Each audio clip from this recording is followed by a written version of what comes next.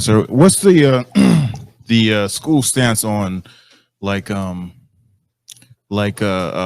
control pills or vasectomies, like forms of birth control? That's for the man, or that's for the man. That's for the man. Okay. Okay. Give me first.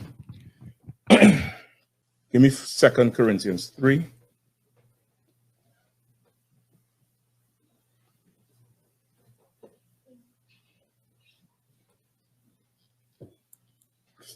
And you start whole 6, and then give me is this like in general, or you have like a scenario for it? Romans 4 and 15. I think that's what it is. All right. Romans chapter 4 and verse 15. All right, so if somebody else could read to you, Tawaba. Somebody come and oh, okay, no sweat. All right. Go ahead. Romans chapter 4, verse 15. Because the law worketh wrath, for where no law is. And anybody out there with him? All right, they could just keep an eye. You could just remember which ones it is, and you could come back later to it. You was right. All right, go ahead, Mukwash. For where no law is, there is no transgression. Say it, read it again from the top. Romans chapter 4, verse 15. Because the law worketh wrath, for where no law is, there is no transgression. For the law worketh wrath. What does that part mean? You have some chapter I was going on, Chris. Go ahead. So like, sir, because the law is for sin, for it work wrath against sin. It's an evil for sin. Okay, I need to break down a little bit more. Make it plain. Anybody else? Just raise your hand. Sister? Evil makes the Lord angry. No, still, well, that's even more vague than what he said. Anybody else? Read it one more time, because the law worketh wrath, where no law is, there is no transgression. All right, because the law worketh wrath, where no law is, there's no transgression. What does it mean because the law worketh wrath? What does that part mean? You're going to try to say something? Give it a shot. This ain't Esau school, I ain't going to, blast you if you're wrong. When you said worketh wrath, right? Like karma come back quick. It does its wonders. Like, okay. I don't know how to explain it. Explain that without saying karma. Because karma is a philosophy from the Hindus. Okay. We say it because it gets hip and popular. But karma is not an Israelite culture or custom. But we say it as one word to express what I'm really asking about. So try it one more time without saying karma. The Most High will, can I say revenge? Because the Most High is our Father, right? Yeah, so he'll get back. You have a child, right? This is a boy, girl. When she grows up, in a few years, really, when she open the fridge and dump all the eggs on the ground and throw the flour up and make cake and say, "Mommy, look, cake." Are you going to get revenge, or are you going to? No, I'm gonna be mad. But what will you do? We'll clean it up. I mean, I'm gonna, get on her, I guess. And what is that called? Discipline. That's what I would call it. Discipline. I'll take that. Anybody else? A warrior? Hand me mic. Come on, the law is for judgment. Law is for judgment. What is judgment? Judgment is correction or punishment. That's punishment. What everybody understands. Right? So the law will wrath there is talking about the punishment or the judgment for breaking the law. Right? In that case, example I just gave you, it should be understood. Don't go in the fridge and empty everything out. But kids sometimes have wild imaginations, and that's how they learn. How is that child going to learn after having such a wild imagination? By getting wrath, right? By getting punishment. Whatever the form of the punishment is, when the child is 25, they're going to remember, damn, I ain't never doing no dumb shit like that again because of what happened to me after. The law worketh wrath. The wrath is the punishment that comes from breaking the law. The workings of the law is wrath. God's law is not, do not be a homosexual. God's law is a homosexual going to be put to death. God's law is not, do not sell drugs. God's law is a witch will be put to death. The put to death is the wrath. That's the punishment. You get the point? So the law works wrath. It works punishment. That's the workings of the law, just like Esau. Esau's law is not don't drive over 25 in this zone. That's not the law. That's your understanding of the law. The law is if you over 25, you get in this ticket. The ticket is wrath. The Montgomery County just announced they're planning to stop them people who be doing the donuts in the intersections. They say they're going to crack down on people who doing the donuts, and you're going to get, I think, $1,000 fine. They're pushing for jail time and starting at 8 points on your license. 8 points in Montgomery County is immediate suspension, and it's supposed to be able to escalate to 12. 12 points mean I think they could take it away for good. That's the wrath, but they're trying to teach you a lesson. You get the point? So the workings of the law is wrath, is punishment to teach you a lesson. Read it one more time. Romans chapter 4, verse 15. Because the law worketh wrath, for where no law is, there is no transgression. Right? Because the law worketh wrath. Where there is no law, there is no transgression. Give me that second part. What does that mean? There's not going to be any wrath because there's no boundary to cross. So you're not transgressing. You're not breaking any laws because that is no law. There is no law, so there's no punishment. There's no punishment against it. That's where you want to start with your question. Your question, rephrase the question. There's an excellent precept for a lot of these fake Israelite groups who want to put extra burdens on Israel. They'll come up with random laws and try to judge brothers and sisters based off what they learn in the Christian church.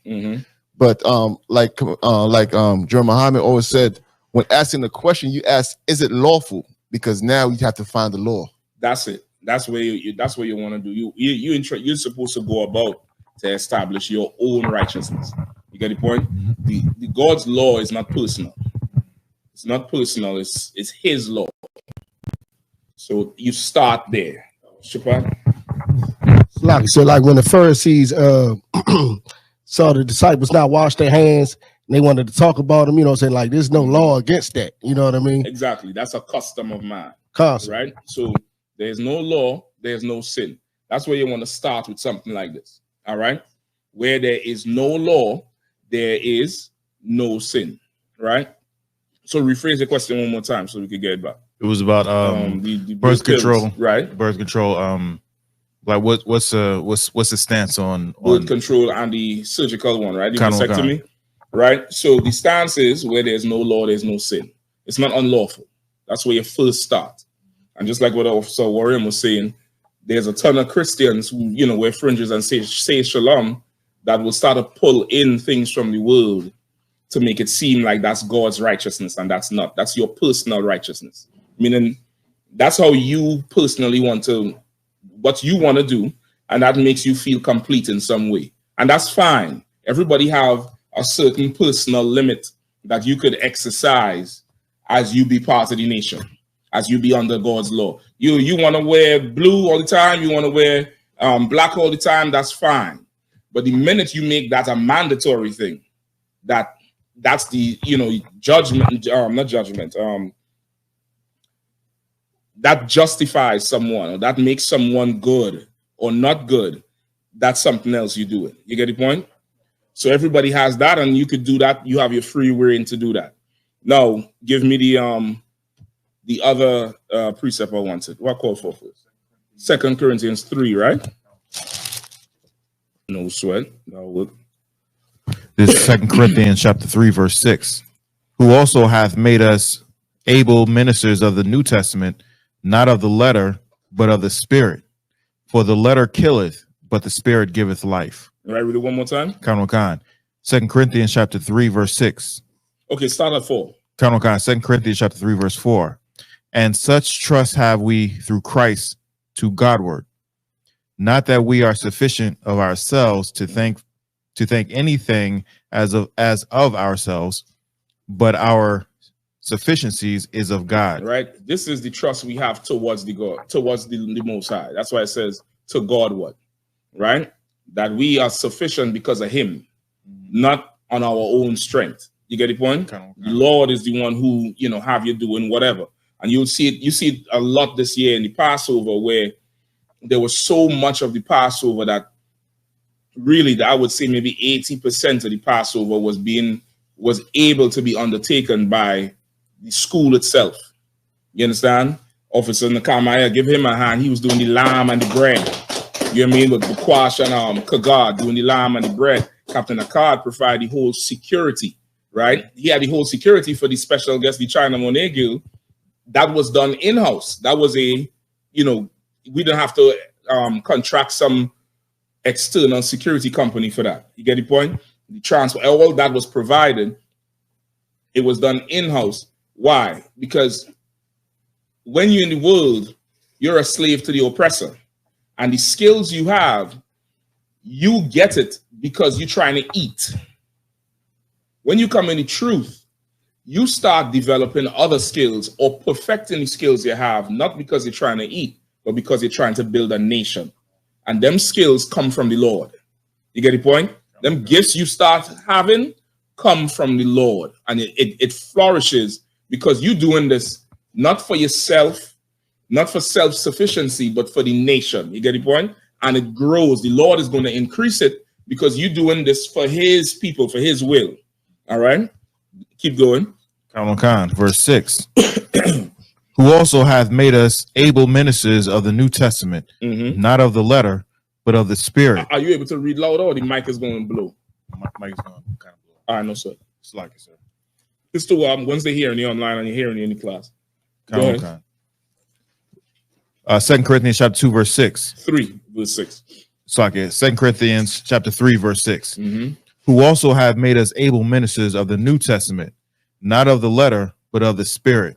For the letter killeth, but the Spirit giveth life. Right? Who also, the Lord, He also had made us ministers of the New Testament, of the new promise, servants of that new promise, not of the letter, but of the Spirit. What does that part mean? Come on. It means that the letter of the law says if someone does this, this must happen. But the spirit behind it is we're just trying to get people not to do this thing instead of just executing people. Which is why the spirit of Christ is in the UPK. And it's evident with what you saw last week with all them towel wrap head holes from them Israelite groups talking shit about the sister. You get the point? Like, she's not in the truth. She's not in the truth. She probably started watching videos a few weeks ago because the journal invites her to the Black Party. You get the point? She don't know enough, like a child. You must be born again. So as you coming in, you're a child. A little child, 3-year-old, 4-year-old. They do something, you just, hey, don't do that. Stop doing that. And that's you. From the time you do this, they start crying because they don't know too much. They're not strong. And then they grow and they know more. And then now you could start to hold them to a standard. You get the point? Someone like her would be a child in the truth.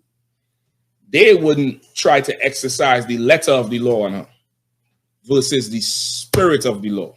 You get the point? And the spirit of the law is what she was saying in that song. That's the spirit of the law. You get the point? What would be the letter of the law in that case? An outer order woman. Woman who would whore on her husband. A woman who would commit abortions. A woman who would, usurp authority over a man, like that heathen Queen Vashti.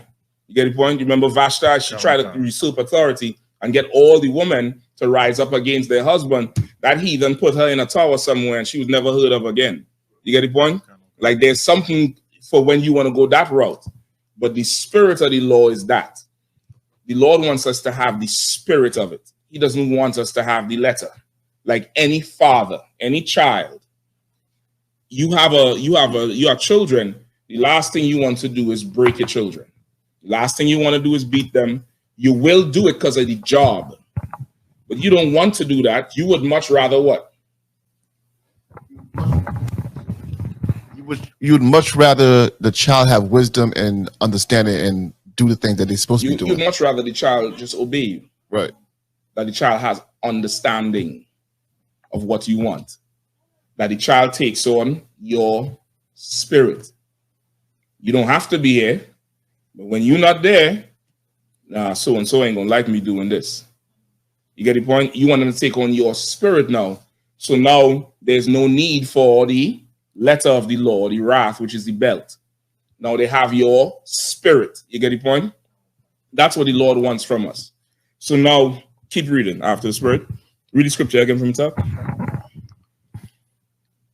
top. Verse 4, verse 6, sir.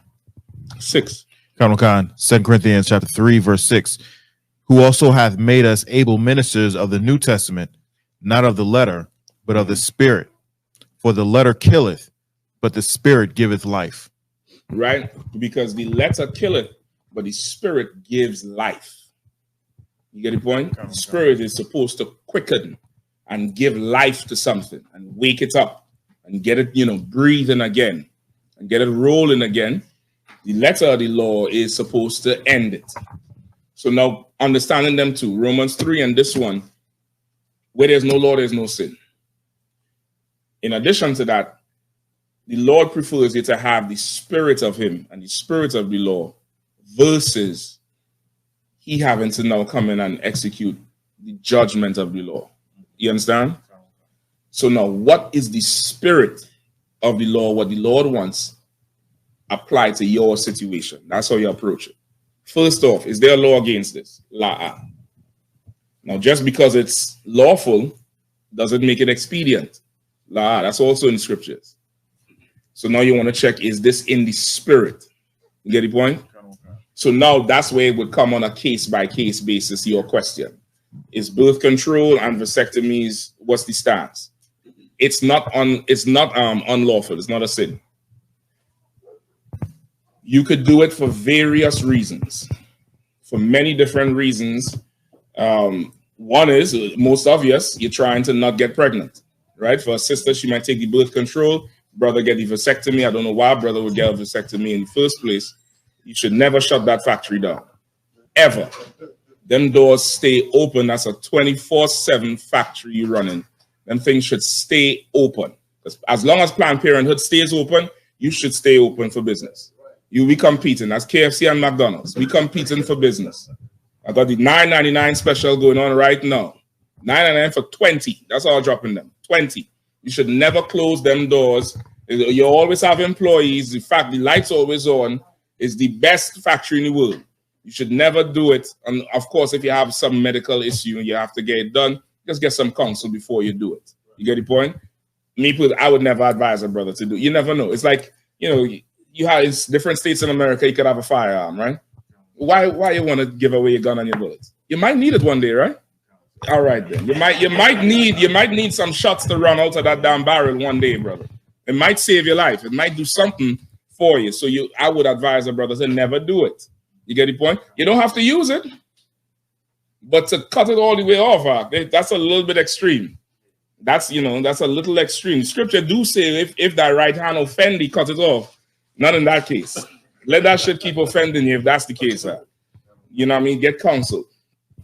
For a sister, because that's more permanent, right? It's of course they say you could reverse it, but I don't know what Esau doing. But for a sister with the birth control, it's lawful. She can do it. She want to get counsel before she do it. You want to find out why. What's your reason? Again, testing the spirit of it, right? If you're getting birth control because it's hot girl summer, you're a slut and you should die. You get the point? You understand what I'm saying? You got to check the spirit of what's going on. Different women have different issues. They might have some hormonal thing going, and to help treat the condition, they have her on this birth control because one of the effects of the birth control is this situation. You get the point? She might already have 5 kids, and the factory just keep going, and she need a break. You get the point? She might want to go on birth control just to make sure. She want to keep fulfilling the wifely duty, but she ain't trying to, you know, be under 9 months, you know, probation no more, because she done had 5. You get the point? She might want to do it. It's lawful for her to do it. She should consult with her husband about it, just to make sure there's no offense. He might be trying for 6. She might not want it. They should come to an agreement. There should be some sort of understanding there from either side. You get the point? So there's different reasons for doing it. It's not unlawful. You just want to check the spirit behind it. You get the point? So that's it. But for our brother, I would tell you, yeah, brother, it's just, you know, we under attack. We need every bullet we can get. We need if you have a musket, keep that gunpowder dry, brother. We might need that. That might be the last shot to save the universe. You know what I mean? I wouldn't advise our brothers to do it, but of course, just get counsel on like you should do with everything. All right.